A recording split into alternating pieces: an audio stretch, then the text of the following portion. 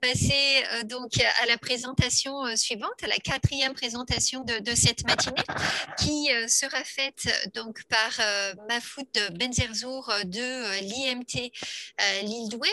Donc, Mahfoud est professeur à l'IMT Lille-Douai.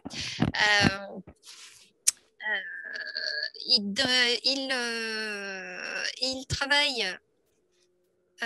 Les travaux donc, de Mahfoud s'inscrivent principalement sur la thématique de la valorisation des matériaux alternatifs dans des matrices à base cimentaire. Donc, Mahfoud est titulaire d'un doctorat de l'université Artois et d'un PhD de l'université de Sherbrooke au Canada. Il est aussi professeur associé à l'université de Sherbrooke et est responsable de l'axe sédiments au sein du laboratoire LGCGE. Il est responsable des masters spécialisés PPIB et IEC et secrétaire général de la chaire industrielle et de recherche ECOCED. En outre, il est adjoint au directeur du Centre d'enseignement et de recherche d'innovation matériaux et procédés de l'IMT Lille-Douai, en charge de l'innovation et des activités contractuelles. Donc, Mahfoud aujourd'hui va nous faire une présentation sur l'approche opérationnelle et numérique de la valorisation des matériaux alternatifs avec l'exemple de réalisation à l'échelle européenne. Donc, Mahfoud, je te laisse donc 15 minutes de présentation, puis suivront les questions. Merci. Valérie. Pour les slides, c'est bon, vous les avez à l'écran? Oui, c'est bon, merci. Parfait. Oui, donc merci Valérie. Donc effectivement, je vais vous parler aujourd'hui d'une approche opérationnelle et numérique de l'optimisation de la valorisation de matériaux alternatifs ou de déchets. Et pour cela, je vais m'appuyer sur des exemples de projets européens en cours et déjà réalisés pour illustrer nos travaux. Comme on a pu le voir sur les différentes présentations de ce colloque, la préservation de notre planète et de ses ressources passe inévitablement par une gestion des ressources, des différentes ressources et de paramètres et acteurs qui sont souvent liés entre eux. On peut en citer par exemple la réglementation qui parfois est très contraignante ou pas assez exigeante. Nous devons également maîtriser nos déchets tout au long de leur cycle de vie. La gestion de l'énergie et la maîtrise de notre consommation. On peut également citer les ressources, qui est une partie très importante dans le cadre de la réalisation d'ouvrages et également dans la maîtrise de la ressource. Et bien évidemment, la partie réduction des émissions de CO2. Donc, on a vu pas mal de sujets tout autour de ces différents acteurs en lien avec nos ressources en général. Et un dernier acteur, dirais-je, qui n'est pas des moindres, qui est l'être humain, qui aujourd'hui se doit de rationaliser son comportement et d'optimiser la gestion de ces différentes ressources. C'est sur cette partie optimisation de la gestion que nous nous sommes intéressés dans le cadre de nos travaux. Aujourd'hui, depuis quelques années, les gestionnaires de déchets et les décideurs commencent à être sensibilisés à ces questions de gestion de la ressource pour des raisons environnementales dans le meilleur des cas, mais souvent pour des raisons économiques, de rentabilité et également d'approvisionnement en termes de ressources. C'est pour cela qu'on s'est lancé dans le développement numérique et opérationnel de cette valorisation des matériaux alternatifs ou des déchets. Différentes terminologies existent. Donc, certains parlent de déchets, de sous-produits industriels, de matières premières secondaires, de matériaux alternatifs. Ces différentes dénominations vont dépendre du statut de ce déchet et le secteur d'utilisation de ces déchets. Néanmoins, toutes les personnes qui essaient de réutiliser ces matériaux alternatifs en matériaux ou produits utilisables se trouvent confrontées à une complexité qui doit prendre en compte différents paramètres, donc tels que la faisabilité de cette transformation de matériaux, la prise en compte du coût qui est un paramètre extrêmement important pour pouvoir introduire ces nouveaux matériaux sur le marché, par exemple, la réglementation, bien évidemment, toujours dans un souci d'utilisation de ces nouveaux matériaux, et enfin l'impact environnemental de ces déchets sur leur milieu où ils vont être construits. Si on fait un zoom maintenant à l'échelle d'un territoire, donc un territoire va être composé de différents acteurs, donc des déchets qui soient urbains ou non. On va trouver également des centres de traitement, des centres de stockage, différents moyens de transport des matériaux, une réglementation en vigueur qui peut être soit régionale ou nationale. Donc, dans certains pays, nous avons travaillé les réglementations divers même d'une région à une autre, ce qui rend encore le processus beaucoup plus complexe. Et enfin les différents ouvrages potentiels où on peut réutiliser ces fameux matériaux alternatifs. Donc, notre travail consiste à prendre en compte simultanément et de manière croisée et dynamique tous ces différents acteurs pour essayer de proposer une solution optimale pour réaliser un écomatériau ou un produit via la valorisation ou le recyclage de déchets. En fait, l'approche que nous avons mis en œuvre, nous avons essayé en fait de parler le même langage qu'utilisent les décideurs et les gestionnaires de déchets. Nous avons très vite compris qu'un des points bloquants était le coût de ces transformations de matériaux en vue de leur réutilisation. C'est pour cela que notre fonction objective répond à une question principale qui est quel est le coût minimum pour pouvoir réutiliser ces matériaux tout en prenant en compte les 3 principales contraintes, dirais-je, qui sont les aspects techniques, environnementaux et réglementaires. Et donc, une fois cette fonction objective posée, nos travaux diffèrent un tout petit peu de ce qui est fait habituellement. Donc, quand je parle d'un point de vue laboratoire, de ce qui est fait habituellement en labo. Si je reprends l'exemple de la formulation d'un matériau dit standard qui est prêt à aller sur le marché. Au début, nous allons caractériser des matériaux qui sont souvent connus et nous savons où les classer. Par la suite, on va formuler, expérimenter, parfois modéliser et enfin valider le produit qui va aller sur le marché. Dès qu'on parle de valorisation de déchets, d'autres paramètres de première importance font leur apparition. Par exemple, on l'a vu tout à l'heure dans une des présentations, par exemple le traitement de ces déchets ou de ces matériaux. Différents types de traitements peuvent exister, par exemple des traitements chimiques pour baisser leur pollution, si on parle par exemple de déchets pollués, ou bien alors des traitements physico-mécaniques, par exemple pour améliorer leurs propriétés d'usage.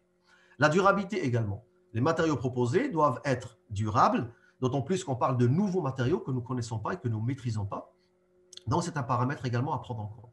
L'aspect environnemental, bien entendu, car on valorise des déchets. Donc, bien sûr, on doit vérifier qu'on a une inéquité parfaite d'un point de vue environnemental, mais également, cet aspect est très important pour l'acceptabilité des nouveaux produits qui seront mis sur le marché demain. Et enfin, l'aspect coût, comme je l'ai dit tout à l'heure, il faut absolument, ou à minima, que le coût des matériaux proposés soit inférieur ou égal aux matériaux qui existent dans le marché. Ici, je vous montre sur ces petites photos quelques exemples de matériaux sur lesquels nous avons travaillé. Toujours dans cet esprit d'optimisation, tel que le gravat des constructions, les mâches fer, les fibres de verre polyester, par exemple, issus du démantèlement de voitures, et enfin les sédiments de dragage, où vous avez eu pas mal de présentations sur ce matériau-là, et c'est ce matériau que j'ai choisi pour illustrer des exemples de travaux, donc des travaux couplés, donc numériques et matériaux, pour mettre en œuvre des outils numériques. Donc les sédiments, je ne vais pas revenir sur les quantités énormes qui sont draguées tous les ans, ça a été rappelé tout à l'heure par mon collègue Rachid. Par contre, il y a éventuellement un chiffre qui peut interpeller la communauté, et j'aime bien l'utiliser souvent dans mes présentations. Donc, si on prend la quantité de granulats produite en France, utilisée en France chaque année, et si on vous la divise par le nombre d'habitants, on va tomber sur un chiffre qui est parlant, qui est de 20 kg de granulats par habitant par jour. Ça veut dire là, tous, autant qu'on est aujourd'hui, on est une centaine. Imaginez que chaque jour, dans votre jardin, vous allez prélever 20 kg de terre qui seront utilisés, par exemple, dans la construction, et vous faites ça tous les jours. Donc, vous comprendrez très vite qu'après 1 an, 2 ans, une dizaine d'années, votre jardin ne ressemblera plus à grand-chose. Et c'est ce qui se passe aujourd'hui au niveau de notre planète. C'est pour ça que l'objectif des travaux autour de la thématique sédiments est d'essayer de réutiliser une part de ces matériaux dans le domaine de la construction qui est extrêmement consommateur de ces matériaux. Pour valider notre modèle, donc, nous avons linéarisé différents types de contraintes via des algorithmes. Par exemple, ici, vous avez des exemples de contraintes environnementales, par exemple pour les métaux lourds. Tout à l'heure, nous avons vu un exemple sur la matière organique. Donc, nous avons également des contraintes de matière organique. Par exemple, pour l'application routière, il y a des recommandations qui nous proposent d'utiliser moins de 3% par exemple de matière organique. Donc, l'outil, ce qu'il va faire, s'il est en présence d'un matériau avec une matière organique plus élevée que la recommandation ou les guides, il va proposer des traitements qui se trouvent dans la base pour réduire cette matière organique. Idem, par exemple, pour les contraintes mécaniques. En fonction de l'application cible, si nous souhaitons avoir, par exemple, un matériau très dense, donc là, on va utiliser soit de la rare ou soit des méthodes d'arrangement granulaire pour avoir une matrice la plus dense possible. Si par contre, notre application concerne un autre domaine où on a besoin de beaucoup plus de porosité, donc l'outil va sélectionner les différents matériaux qui se trouvent dans sa base pour proposer le matériau le plus adéquat. Et ici, à droite, je vous montre un peu des comparaisons entre des des formulations qui ont été faites en laboratoire, hein, donc on a repris de la biblio, que nous avons comparé avec les modèles que nous avons mis en place, et on voit très bien que nous avons une très bonne concordance entre la modélisation qui est en vert ici et l'expérimentation qui est en bleu. Maintenant, d'un point de vue plus pratique, à travers ces travaux de recherche, on a proposé deux premiers outils, donc, qui s'appellent Wikiced et OSMS, donc ce sont des exemples. Alors, le premier outil, Wikiced, est une base de données interactive.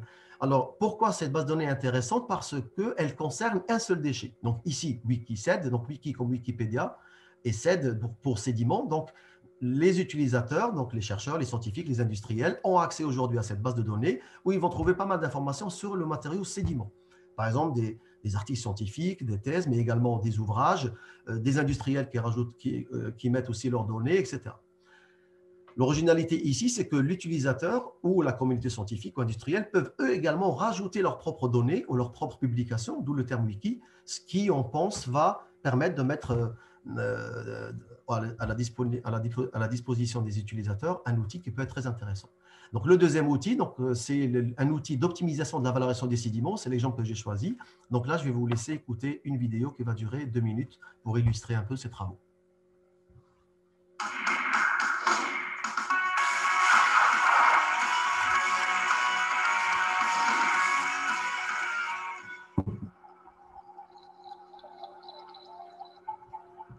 EMT Livdoué and Armin, as a partner of USAR project, work from several years now in the reusing of the sediment.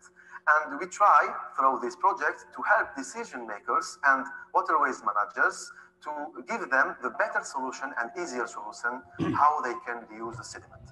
For that, in the USAR project, we developed 2 unique tools in the world to help them and to answer for the major question, how can we reuse sediment today? In USAR project, we built a inventory catalog which is linked directly to the new software named Wikiced.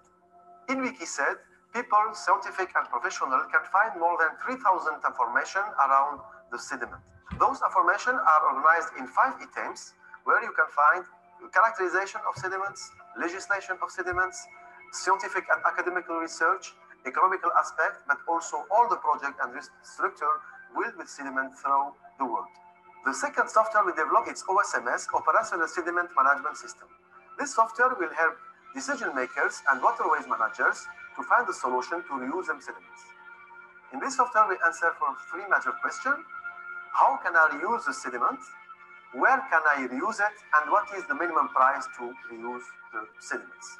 This software is now under testing and it will be available for all the public for free in the last of 2009. If you are a hardware, you can put in the software the characterization of your sediments. Then the software will check this characterization with the regulation, your own regulation.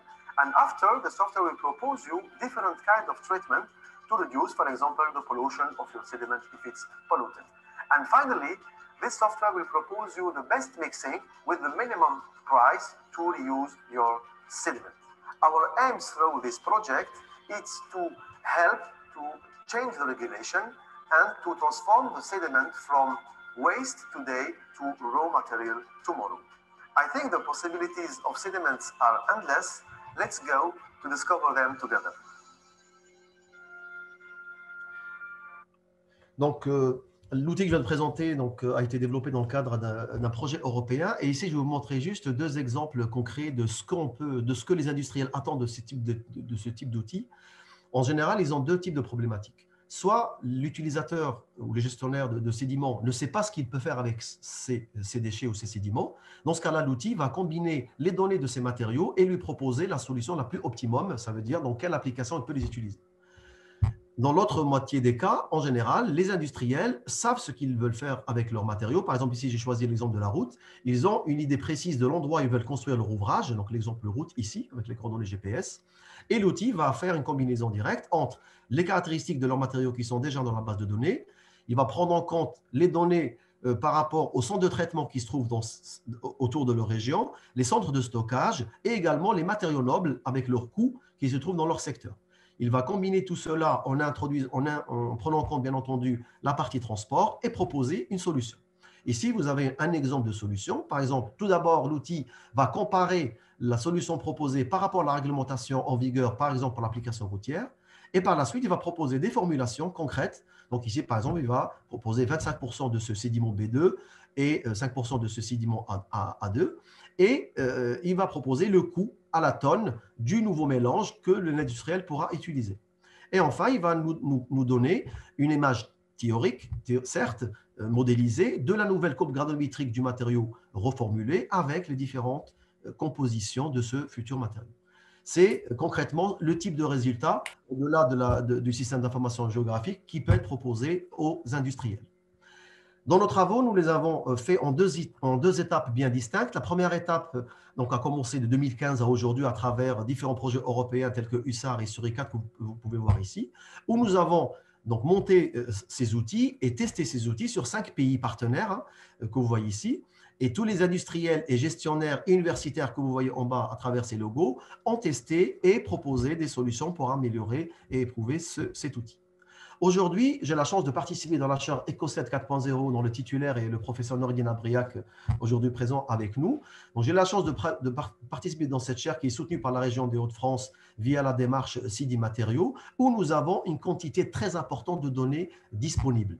En effet, ça a été présenté tout à l'heure par mon collègue. Donc, différents groupes de travail présents dans cette chaire ont actuellement en cours des projets, ce qu'on appelle à échelle 1, ça veut dire qu'ils vont réaliser des ouvrages avec ce déchet, ces sédiments. Et donc, nous avons la chance d'être présents de l'étape 0 jusqu'à l'étape réalisation de l'ouvrage. Et toutes ces données vont alimenter l'outil qui se trouve ici au centre et au cœur de cette chaire, ce qui prouve également que les industriels sont sensibles à ce type d'approche d'optimisation de la valorisation. Et ceci va nous permettre aujourd'hui de passer à une échelle vraiment beaucoup plus pratique d'utilisation de cet outil. Il faut penser à conclure, Mahfoud. Très bien, j'arrive à la fin. Super. Ici, donc, juste un exemple pour vous montrer d'autres exemples de corrélation de fabrication de béton, par exemple, avec différents types de sous-produits, comme le verre, les sédiments traités par flash calcination, où on a des précisions de l'ordre de 95% entre les essais numériques et expérimentaux. Ici, un autre exemple de cas concret et réel. Donc, c'est une digue qui a été réalisée dans la région d'Anvers, où les sédiments sont prélevés, transportés à peu près à 800 mètres de leur point de prélèvement, traités donc via ce qu'on a proposé, traités avec à peu près 5% de l'ion, et enfin transportés jusqu'à l'endroit où nous avons, avec les autorités d'Anvers, réalisé dans cette digue, par exemple.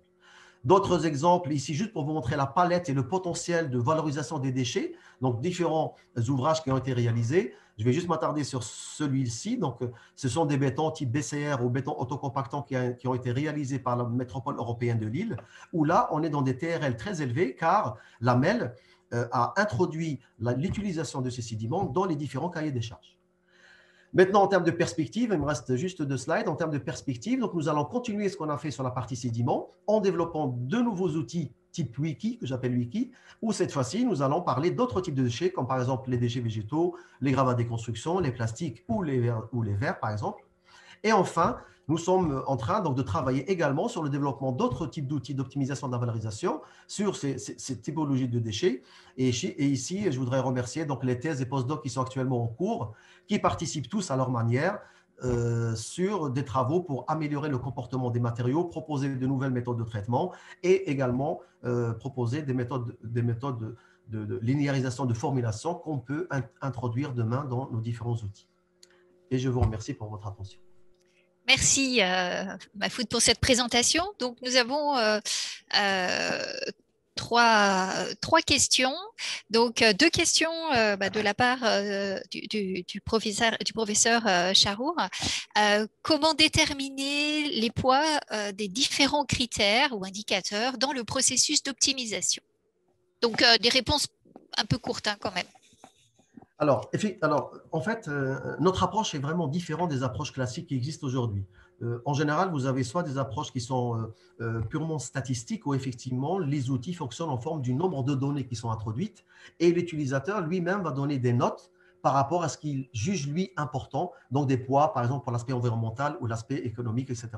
Nous, l'outil qu'on a développé, c'est pour ça qu'on l'appelle approche opérationnelle, ce sont vraiment des modélisations mathématiques. Ça veut dire l'outil, il va avoir des formules mathématiques qui vont lui permettre de calculer lui-même la réalité d'une transformation d'un matériau.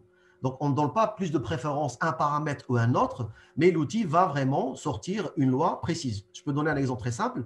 Si j'ai un matériau, par exemple, avec 0% de matière organique et un autre matériau avec 10% de matière organique, si je mélange les deux matériaux, l'outil sait que le mélange va tomber sur 5% de matière organique. Donc, c'est une loi linéaire directe, réelle, et donc, il n'a pas besoin de prédire ou de préférer une méthode par rapport, un poids par rapport à un autre. Donc, Okay. voilà le fonctionnement de l'outil. Merci. Quelle est la place de la donnée dans cette approche? Alors, donc, ça rejoint un peu ce que je viens de dire. Mm. Pourquoi cet outil aujourd'hui a trouvé beaucoup d'écho? Aujourd'hui, il est utilisé par Voie navigable belge, par exemple, il est utilisé par pas mal d'industriels, parce que même si un utilisateur n'a pas beaucoup de données, par contre, il est obligé d'avoir la caractérisation précise de son matériau et la caractérisation précise de ces matériaux nobles autour de son secteur, l'outil peut fonctionner. Par contre, quand nous allons arriver à des applications beaucoup plus complexes, où il y a des réactions chimiques complexes qui arrivent, etc., là, effectivement, la partie donnée peut avoir son importance. Et là, on bascule vers d'autres techniques que nous sommes en train de développer dans le cadre de la chaire EcoCED, qui sont par exemple l'intelligence artificielle, où l'apprentissage, effectivement, va se faire par le nombre de données qui seront disponibles. Mais aujourd'hui, ce n'est pas le cas. Aujourd'hui, on privilégie vraiment, comme je l'ai dit, ces lois qui nous permettent d'avoir le comportement le plus réel possible du matériau. Merci. Il nous reste 1 minute et 2 questions. L'outil permet-il de prendre en compte des systèmes multifilières, sédiments ou autres types de déchets? Donc, on a vu à la fin qu'il y avait d'autres outils qui étaient prévus, mais voilà, est-ce que ça permet de prendre en compte des systèmes multifilières? Alors oui, effectivement, l'outil peut prendre ça en compte. D'ailleurs, j'invite les industriels qui sont présents aujourd'hui ou les autres collègues qui souhaitent utiliser l'outil. Donc, je rappelle que c'est un outil qui est gratuit et disponible. Donc, il suffit juste de me contacter. Je leur donne les liens et les codes pour pouvoir l'utiliser. Comme je l'ai dit tout à l'heure, en fait, il y a deux possibilités. Si l'industriel ne sait pas ce qu'il veut faire avec son déchet, souvent c'est le cas, surtout quand on parle de collectivités ou de petits groupes, là, l'outil va lui donner des solutions optimales en fonction de toutes les filières qui existent dans sa base de données. Aujourd'hui, par exemple, on a développé 6 applications, mais demain, on souhaite développer beaucoup plus d'applications. Et là, l'outil va lui donner la meilleure application possible. Donc, on est dans multifilière. Dans l'autre cas, si l'utilisateur sait ce qu'il veut faire avec ses sédiments, par exemple, ou ses déchets, par exemple, il veut fabriquer un béton, là, il va le choisir et l'outil va se concentrer sur cette application et lui donner le meilleur scénario de valorisation, toujours avec l'objectif du coût minimum. Merci. Et puis, donc, une dernière. Est-ce que le logiciel est actualisé de manière continue en fonction des sédiments analysés et combien de sédiments avez-vous analysés? Alors, en fait, oui, le logiciel travaille de manière continue dans le sens où, je peux vous citer des exemples, hein, par exemple, un industriel qui a prélevé des déchets ou ses sédiments, donc il a donné une caractérisation. Si dans 1 an ou 2 ans, il va refaire une campagne de caractérisation, donc il a les nouvelles données, ces nouvelles données sont automatiquement intégrées dans l'outil et on a une traçabilité sur l'évolution aussi de ces déchets, parce que ça fait partie également des thématiques de recherche de la chaire EcoCED. Donc oui, il y a un suivi, une traçabilité, une actualisation des données, de ces données. Après, par rapport aux quantités, elles peuvent être très petites pour une petite collectivité, comme elles peuvent être énormes. Par exemple, si je prends l'exemple de Voie navigable belge, on a implanté dans le logiciel, ils avaient 3 millions de données de sédiments. Vous imaginez, c'était énorme par rapport à l'historique de leur prélèvement. Et donc, toutes ces données ont été implémentées dans leur base de données propre. Très bien, merci beaucoup Mahfoud. Il reste une question, mais que je ferai parvenir, que je te ferai parvenir. Hein, comme ça, tu pourras répondre directement à la personne. Parfait. Merci, merci beaucoup. Donc,